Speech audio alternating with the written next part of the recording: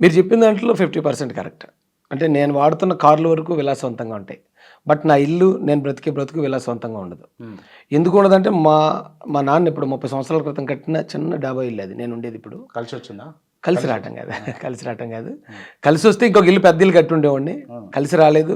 Loss అయ్యాను కాబట్టి ఎకరం అమ్మి కూర్చొని ఉన్నాను నేను. దాని మీద ఒక చిన్న రేకుల షెడ్ వేసి ఈ మహాజన్ మీడియా అనే స్టూడియో నడిపిస్తాను నేను. ఇక కార్ల విషయంకి వచ్చేటప్పటికి అవి విలాసవంతమైనవి ఖచ్చితంగా. ఎందుకంటానంటే అండి, గతంలో ఎప్పుడు మేము ఒక ఫార్చునర్ కారు కొన్నాం. ఫార్చునర్ కారు కొన్న తర్వాత కొన్ని రోజులకి మా మీద అటాక్స్ రాజమండ్రి కన్నా ముందు 2-3 అటాక్స్ జరిగాయి నా మీద. ఆ అటాక్స్కి ఖచ్చితంగా సెక్యూరిటీ ఉండాలి, సేఫ్టీ ఉండాలి అన్న, మీతో పాటు మేము వస్తామని చెప్పి మహాసేనలో ఉన్న కొద్దిమంది సభ్యులు డస్టర్ అని ఇంకో వెహికల్ కొన్నారు 3.5 లక్షలు పెట్టి. ఈ ఫార్చునర్ అనేది మేము సెకండ్ హ్యాండ్లో కొన్నాం 9 లక్షలు పెట్టి. ఈ 2 కార్లలో మేము తిరిగే సమయంలో జగన్మోహన్ రెడ్డి గారు అక్కడ రావులపాలెంలో ఒక ఇష్యూ జరిగిందండి. అంబేద్కర్ ఫోటోలని ప్లేట్లలో ముద్రించాడు, ఎంగిల్ ప్లేట్లలో ఒక రెడ్డి గారు. దాన్ని ప్రశ్నించిన అక్కడ లోకల్లో ఉన్న 18 మంది పిల్లల్ని ఆ అంబేద్కర్ని అవమానించిన వాడి మీద కేసు పెట్టకుండా ఇది తప్పు అని ప్రశ్నించిన 18 మంది మీద దేశద్రోహం కేసు పెట్టి ఇమ్మీడియట్గా సెంట్రల్ జైలుకి పంపించారు. సెంట్రల్ జైలుకి పంపిస్తే నేను అప్పుడు నా మీడియా నుంచి నేను అక్కడికి వస్తున్నాను అనగానే పోలీసు నన్ను హౌస్ అరెస్ట్ చేశారు. నేను సోషల్ మీడియా నుంచి మాట్లాడాను. ఇది జగన్మోహన్ రెడ్డి అక్కడ చెర్ల జగ్గిరెడ్డి అని ఒక ఎమ్మెల్యే ఉన్నాడు, చీఫ్ విప్ అతను. ఒక ఎమ్మెల్యేకి తెలియకుండా 18 మంది పిల్లల్ని ఇమ్మీడియట్గా అక్కడ పంపించడం సెంట్రల్ జైలుకి అనేది జరిగే పని కాదు. దీని వెనకాతల జగన్ రెడ్డి ఉన్నాడు.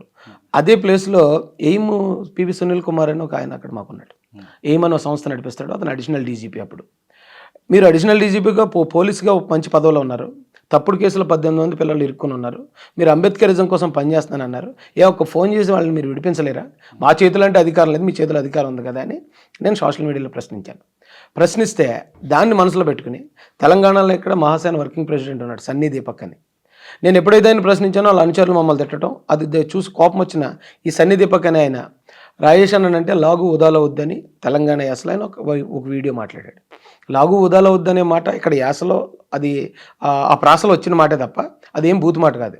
ఆ మాటను బేస్ చేసుకుని ఇక్కడ సన్నీ దీపక్ మీద అక్కడి నుంచి నా మీద ఏటూగా కేసు పెట్టి ఎక్కడ శ్రీకాకుళం అంటే ఆ ఏపీకి చివరి ఉంటుంది అనమాట అండి. శ్రీకాకుళం 2 టౌన్ పోలీస్ స్టేషన్కి మమ్మల్ని రప్పించి పొద్దు నుంచి సాయంత్రం దాకా ఇప్పుడు మీరు ఎలాగైతే నన్ను ఎన్కౌంటర్ చేస్తున్నారో మీకు ఎక్కడి నుంచి అన్న ఫండ్స్ వస్తాయా, ఎక్కడి నుంచి అన్న వస్తుంది, మీ అకౌంట్ చూపించండి, మీ ఫోన్ చూపించండి అని నన్ను పొద్దు నుంచి సాయంత్రం వరకు అక్కడ సీఏ ఎంక్వైరీ చేశాడు. నేను ఒకటే చెప్పా, ఒకవేళ నా ఆధార్ కార్డు నెంబర్ కొడితే నా అకౌంట్స్ ఏమన్నా మీకు వచ్చేస్తాయి. ఒకవేళ మీ పోలీసు వెళ్ళి అకౌంట్ స్టేట్మెంట్ అడిగితే ఏ బ్యాంక్ ఇవ్వనని వాడు లేడు. ఇక నా గొడవ మీకు ఎందుకంటే, ఆయన కేసు అది కాదు కదా. కేసుకి ఏదైనా రిలేటెడ్ అడగండి. ఆ కుర్రాడు మాట్లాడాడు, వాస్తవమే, వీడియో ఉంది, ఆయన ఒప్పుకున్నాడు. ఆ ఫోన్ కూడా మీకు హ్యాండ్ ఓవర్ చేశాడు. మీరెందుకు నన్ను ఎంత ఇబ్బంది పెడుతున్నారంటే రాత్రి వరకు 9 గంటల వరకు ఇబ్బంది పెట్టి ఇక అప్పటికి నా దగ్గర ఏమీ దొరక్క మమ్మల్ని బయటకు పంపించి కార్లు 2 మేము ఎక్కడ కొంటే కొంచెం డబ్బులు ఎక్కువ ఖర్చు, అది రేట్ ఎక్కువ ఉంటుందని ఢిల్లీలో కొన్నాం, అది తక్కువ రేట్ అని. సో ఢిల్లీ నుంచి వచ్చిన కార్లు ఇవి, దీనికి సంబంధించి మాకు కొన్ని అనుమానాలు ఉన్నాయి అని ఆ కార్లు 2 సీజ్ చేసి పాడేశారు. సీజ్ చేస్తే అక్కడి నుంచి సరే మేము నడుచుకుంటూ వస్తాం అన్నాం. ఎవరో మీలాంటి బ్రదర్ ఒక కారు అరేంజ్ చేస్తే అక్కడి నుంచి 300 కిలోమీటర్లు మా ఇంటికి. రాత్రి 10 గంటలకు అక్కడ వదిలితే తెల్లవారుజాముకి నేను ఇంటికి చేరుకున్నాం. అప్పటి నుంచి మేము మా దగ్గర ఉన్న రికార్డ్ అంతా చూపించాం. రికార్డు చూపిస్తే ఒకవేళ ఏదైనా వెహికల్ సీజ్ చేస్తే ఏం చేస్తారంటే రికార్డు ఉందా లేదా, ఇన్సూరెన్స్ ఉందా లేదా, ఆ నడిపే డ్రైవర్కి లైసెన్స్ ఉందా లేదా, ఇది చూస్తారు. కానీ వాళ్ళు మమ్మల్ని ఏం అడిగారంటే, ఈ వెహికల్ మీరు ఎవరి దగ్గర కొన్నారో ఆ ఓనర్ వస్తే తప్ప ఈ వెహికల్ ఇవ్వరు.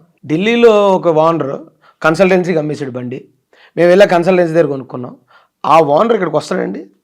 అంటే ఏదైతే చేస్తే బళ్ళ ఇవ్వటానికి అంటే ఆపొచ్చో అది చెప్పారు కారణం. మీరు కోర్టుకు వెళ్ళలేదా? కోర్టుకు వెళ్ళడానికి అవకాశం లేదండి మాకు ఆ టైంలో. అంటే కోర్టుకు వెళ్తే కోర్టు ఫీజులు ఎక్కువ, పైగా వచ్చేస్తాయి అనుకున్నాం. ఎన్ని రోజులు ఆపగలుగుతారు ఇది, ఈ వెహికల్స్ ఆపలేరు కదా.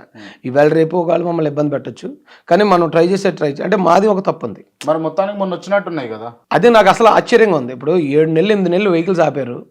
మొన్న మేము వెళ్ళి గట్టిగా మాట్లాడాను. మొన్న వెళ్ళినప్పుడు అయితే సరే మీరు ఉంచుకుంటారంటే ఉంచుకోండి, అయితే నేను కోర్టుకు వెళ్తాను, ఇంకా మీకు వచ్చే ఉద్దేశం లేదు కదా అంటే కేవలం 11,000 పెనాల్టీ కట్టి వేసి నాకు వెహికల్ రిలీజ్ చేశారు. మీరు నమ్ముతారా?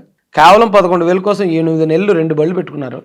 అవి బయటికి తెచ్చిన తర్వాత దానికి ఆ రిపేర్లకు నాకు దాదాపు ₹1,00,000 దాకా లెక్క చెప్పాడు మెకానిక్. కేవలం 11,000. అంటే ఇప్పుడు జరిగిన దానికి అప్పుడు జరిగిన దానికి తేడా ఏంటంటే అండి, అప్పుడు అడిషనల్ డీజీపీగా పివి సునీల్ కుమార్ ఉన్నాడు.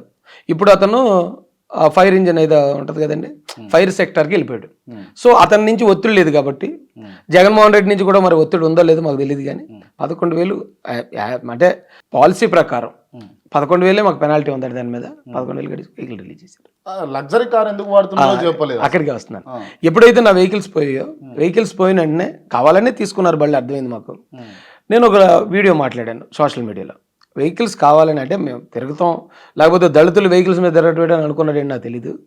వెహికల్స్ మీద తిరగటం వాళ్ళకి నచ్చక మా వెహికల్స్ ఆపారు అంటే నడిచి తిప్పుతాం మేము తలుచుకుంటే ఏం పీకలేదు అనుకుంటారు, మీ వెహికల్స్ పీక్కున్నామని అంటారు వాళ్ళు.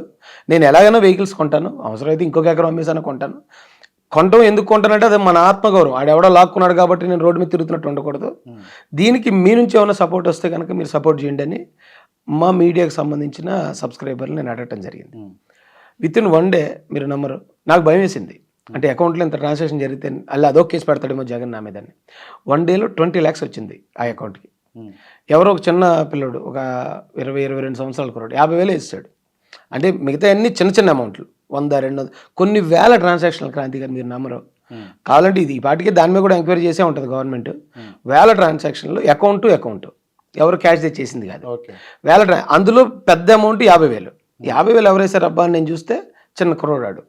అయితే ఏంటి తమ్ముడు అంటే, నేను అక్కడ ల్యాబ్ టెక్నీషియన్ పని చేస్తానన్నా, నేను అక్క పెళ్లి కోసం అని ఉంచాను, అది ఎలాగన్నా చేస్తాను నేను అని, అందుకని మీకు 50,000 పంపించాను అన్నట్టు. వెంటనే మళ్ళీ ఆ 50,000తో పాటు ఇంకొక 5,000 ఎక్స్ట్రా, నువ్వు బట్టలు కొనుక్కో తమ్ముడు, ఇంతంత పెద్ద పెద్ద అమౌంట్లు వేయొద్దని స్టార్టింగే చెప్పాను నేను. ఎవరు పెద్ద 200%. మీరు అన్నీ రికార్డెడ్ అండి. ఇప్పుడు నేను ఏదైనా మాట చెప్తే మీరు వెనక్కి వెళ్తే నా వీడియోలో దొరికేస్తుంది మీకు. ఎక్కడ ఒక అబద్ధం చెప్పాలని ఆలోచన కూడా లేదు నాకు, ఎందుకంటే ఇప్పుడున్న టెక్నాలజీ అలాంటిది. మన అబద్ధం మీకు చెప్తాను నేను, దానికి సంబంధించిన ఏదైనా ఎవడైతే తర దొరికిందంటే ఎదవయ్యేది నేనే కదా. అప్పుడు అది కూడా లైవ్లో ఉండే, అబ్బాయిని కూడా లైవ్లో చూపించి, అబ్బాయికి అమౌంట్ ట్రాన్స్ఫర్ అయిన అమౌంట్ ఆ రిసిప్ట్ కూడా నేను అక్కడ లైవ్లో డిస్ప్లే చేశాను. సో 20 లక్షల రూపాయలు నాకు వచ్చినప్పుడు నేను ఏదైనా వెహికల్ ఎక్కడే కొనొచ్చు, కానీ జగన్మోహన్ రెడ్డి నా ఫార్చునర్ లాక్కున్నాడు. సో ఫార్చునర్ కన్నా పెద్ద వెహికల్ కొంటేనే అక్కడ నా ఈగో సాటిస్ఫై అవుతుంది. అందుకని అప్పుడు కూడా మళ్ళీ ఇది కూడా ఢిల్లీకి మళ్ళీ మా సన్నీని పంపించి ఈ ఆడి వెహికల్ని రప్పించడం జరిగింది. సో మరి ఆడి అంటే లగ్జరీ, అది కాదని నేను అంటలే, కానీ ఆ లగ్జరీ నాకు ఇచ్చింది ప్రజలు ఇచ్చారు. నాకు వెహికల్ వరకు ఇచ్చారు, కానీ వెహికల్ మెయింటెనెన్స్, వెహికల్ ఖాతా, వెహికల్ వ్యవహారం అంతా డిఫరెంట్గా ఉంటుంది. మరి అదంతా ఎట్లా జరుగుతుంది అంటే, నాకు ఉన్న మీడియా రెవెన్యూ ప్రకారం అలాంటి వెహికల్స్ని ఇంకొక 10 వెహికల్స్ని మెయింటైన్ చేయగలను నేను. ఆ పైసలన్నీ మీ జల్సాల కోసం, లేకపోతే మీ సొంతంగా మీరు హ్యాపీగా ఉండడం కోసమేనా? నాతో పాటు మహాసన్ పెట్టిన దగ్గర నుంచి ఒక 15-20 మంది క్లోజ్గా, అంటే కొన్ని వేల మంది బయట ఉన్న ఈ 15-20 మంది 24 hours నాతో పాటు ఉండిపోయారు. అలాంటి 15-20 మందికి ఎంత అయితే రెవెన్యూ వస్తుందో దానిలో 50%, ఇది నేను మీకు ఆన్ రికార్డ్ చెప్తున్నాను, మీరు కావాలంటే ఎంక్వైరీ చేసుకోవచ్చు. 50% వాళ్ళకి శాలరీస్ రూపంలో ఇస్తాను నేను. మిగిలిన 50%లో, అంటే నాది సొంత ఇల్లు అండి, నాకు ఇంట్లో ఖర్చులు 10,000 అయితే చాలా ఎక్కువ. అలాంటి పరిస్థితుల్లో నా దగ్గరకు 1,50,000-2 లక్షలు వచ్చింది అనుకోండి, దాంతో ఇక నేను ఖర్చు పెట్టడానికి ఏముంది, నాకు అయితే డీజిల్ ఖర్చు ఒకటే, కారు అదేం ఫైనాన్స్ కాదు, దానికి ఏమి ఈఎంఐలు కట్టక్కర్లే, డీజిల్ ఖర్చు అది కూడా నేను ఉదయం లేచి సాయంత్రం వరకు బయట తిరిగేది ఏదైనా ఉండదు, ఎప్పుడైనా ఏదైనా అవసరం అయితే బయటకు వెళ్తాను, కాబట్టి నాకు ఇబ్బంది లేదండి.